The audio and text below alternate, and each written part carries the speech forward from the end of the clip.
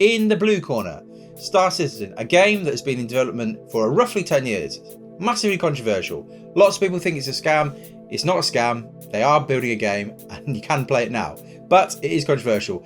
It's raised over $400 million in backing from the backers, people who want to play the game. Some of those guys have just spent $45. Some of them have probably spent $45,000. It's a crazy situation, but there you go. People can do what they want with their money.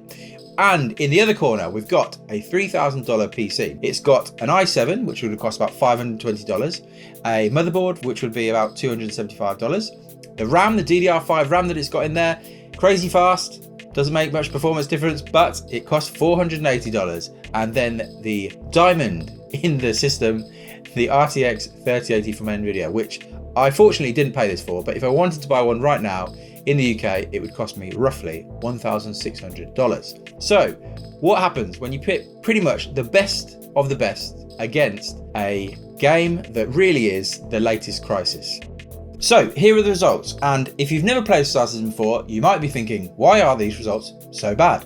Why can't the game hit 60 FPS consistently, even at 1080p? And the answer to that is, in most areas of the game, you are completely bottlenecked by your CPU.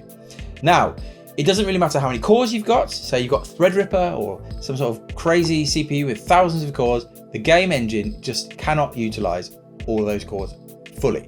It will use them, but it kind of dabble in using some of them.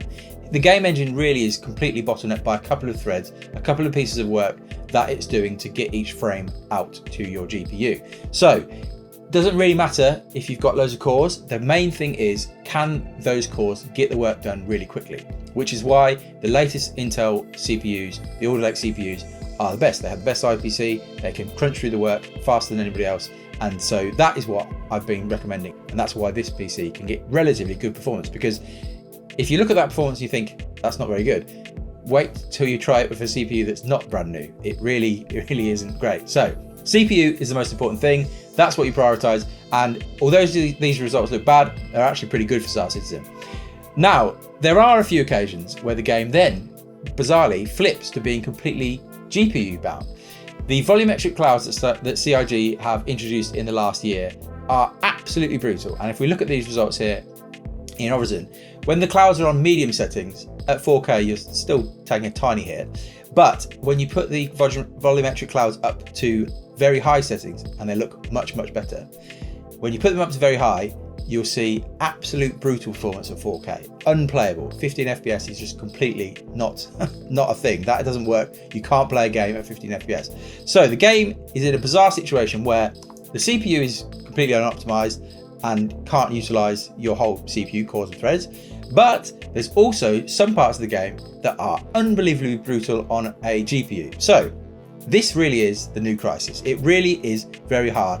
And yes, you could spend even more than this. You could get 6900 XT. You could get the i9 Alder Lake CPU. But really, however much money you throw at Star Citizen, you can't do much at this point to get better performance. The main thing we're waiting for is optimization from CIG. They are working on converting everything across to Vulkan, which in theory, they've talked about this in the past, will allow the CPU to use all the threads and cores much more fully. And then at some point in the future, they will also focus on things like DLSS and FSR, they've mentioned this. But really, the point of all this is to say, if you try it out and you're like, what on earth is going on? My PC is relatively good. Why can't I get good performance? Well, remember this video, even if you spend all the money in the world, you just cannot get good performance from Star Citizen at this point. If you like this more technical look at Star Citizen, please subscribe. If you like this video as well, you can now join the Discord, come and talk about all this sort of stuff. And also you can join the channel, become a member, which is a bit like Patreon, but it's on YouTube. So that's enough for this one. I'll see you soon. Bye.